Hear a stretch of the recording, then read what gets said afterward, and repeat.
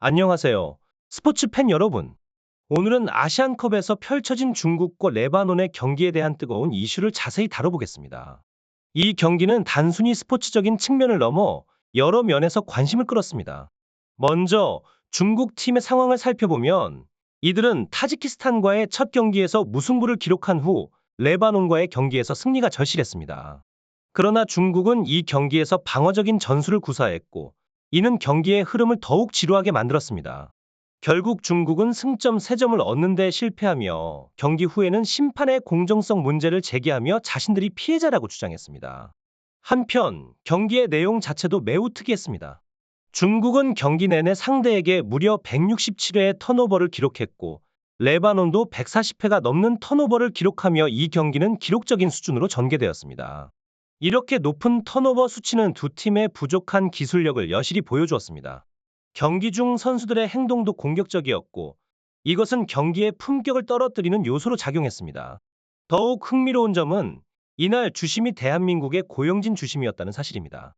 그는 리그에서 관대한 판정으로 유명한데 이번 경기에서 그의 판정이 어떤 영향을 미쳤는지도 팬들 사이에서 화제가 되었습니다. 이번 경기로 인해 중국의 아시안컵 조기 탈락 가능성이 더욱 커졌고 중국 내부뿐만 아니라 전 세계 축구 팬들 사이에서도 많은 논란을 일으켰습니다. 특히 중국 축구협회의 심판 공정성에 대한 주장은 카타르 축구협회의 강경한 대응을 불러일으켰고 이는 팬들 사이에서 큰 환호를 받았습니다. 경기는 점차 과열되었고 특히 눈에 띄는 장면은 레바논의 골키퍼가 선수 치료를 위해 공을 바깥으로 걷어냈을 때였습니다. 이 공을 중국 선수가 잡아 바로 공격을 개시한 것인데요. 이러한 행동은 스포츠맨십에 어긋나는 것으로 많은 팬들의 경악을 샀습니다. 더욱이 중국의 슈팅이 완전히 하늘을 가를 정도로 부정확했던 것도 팬들의 실망을 불러일으켰습니다. 경기 후 영국 BBC에서는 이 경기를 축구가 아니라 11대 11의 옥타곤 대결이라고 혹평했습니다. 중국 축구의 자신감이 어디에서 나온 것인지 의문을 제기하며 이러한 수준의 경기력은 아시아 축구, 심지어 세계 축구에서도 오랫동안 약체로 남을 것이라는 비판을 가했습니다. 중국은 앞으로 카타르와의 경기를 앞두고 있으나 이번 두 경기에서 보여준 모습으로는 승리가 불투명해 보입니다. 중국 축구협회는 경기가 끝난 후 한국인 심판진에 대해 불만을 표출했습니다. 그들은 고영진 주심을 비롯한 한국인 심판진이 경기를 망쳤다고 비난하며 레바논이 받아야 할 카드를 받지 않았고 중국 선수들은 고통을 겪었다고 주장했습니다.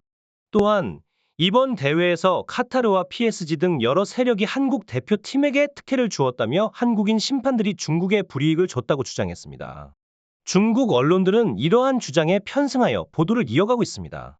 어언 위샹 다리오는 기사를 통해 한국은 이번 대회의 최대 수혜자이며 중국은 엄청난 피해를 보고 있는 피해자라고 주장하며 중국의 열등감이 폭발하는 듯한 모습을 보였습니다.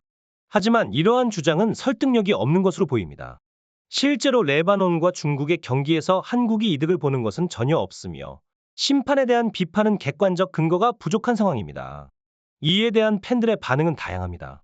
중국 일부 팬들을 제외하고는 대다수가 크게 반응하고 있지 않은 상황인데요. 이러한 상황 속에서 카타르 아시안컵 대회 운영위원회가 나서 상황을 진화하기 위해 노력하고 있습니다. 운영위원회는 중국 축구협회의 성명에 대해 즉시 반박하는 성명문을 발표했습니다. 이 성명문에서는 중국 축구협회의 감정적인 성명문을 규탄한다. 피파 심판협회는 해당 경기에서 심각한 문제 사항을 전혀 발견하지 못했다며 중국의 일방적인 주장에 대해 구체적인 근거가 없음을 지적했습니다. 또한 성명문에서는 심판의 판정은 경기의 일부이며 이 과정에서 규정에 어긋난 행위는 발견되지 않았다. 다른 참가국에 대한 기본적인 예의가 없고 과도한 견제와 언론 플레이를 지속하는 것은 스포츠 정신과 대회 이념에 어긋난 행동이라고 지적하며 중국의 부적절한 행동을 비판했습니다. 먼저 중국 축구 대표팀의 최근 경기와 관련된 논란부터 살펴보겠습니다. 중국 축구협회 성명 발표 이후 중국 네티즌들 사이에서는 분노와 실망의 목소리가 커지고 있습니다. 가장 많은 공감을 얻은 한 네티즌의 댓글에서는 중국 축구가 점점 퇴보하고 있다며 심판 탓이 아닌 전술 부재와 반복되는 재미없는 수비 및 빈약한 공격에 대한 비판이 이어졌습니다. 이 네티즌은 중국 축구 관계자들에게 기본기와 전략에 대한 전면적인 재검토를 요구하며 중국 축구의 현재 상황을 부끄럽다고 표현했습니다. 이러한 비판은 단순히 한 경기의 패배를 넘어서 중국 축구 전반에 대한 심각한 반성의 목소리로 확대되고 있습니다. 특히 중국 축구가 국제 무대에서의 경쟁력을 잃어가고 있다는 지적이 많은데요. 이는 중국 축구가 단기간 내에 해결해야 할 중대한 문제로 부각되고 있습니다. 반면 대한민국 대표팀은 이번 아시안컵에서 긍정적인 분위기를 조성하고 있습니다.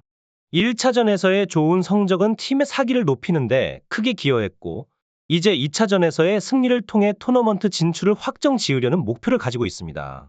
대한민국 대표팀은 중국과는 달리 안정적인 경기 운영과 전략적인 접근으로 요르단을 꺾고 빠르게 토너먼트 진출을 노리고 있는 상황입니다. 이런 대조적인 상황은 아시아 축구계에 큰 영향을 미치고 있으며 각국 축구팀의 전략과 준비 상태가 얼마나 중요한지를 잘 보여주고 있습니다. 중국 대표팀의 경우 이번 논란이 팀 내부의 긍정적인 변화를 촉발하는 계기가 되길 바라며, 대한민국 대표팀의 경우 계속해서 좋은 성적을 유지하며 아시안컵에서 좋은 모습을 보여주길 기대합니다.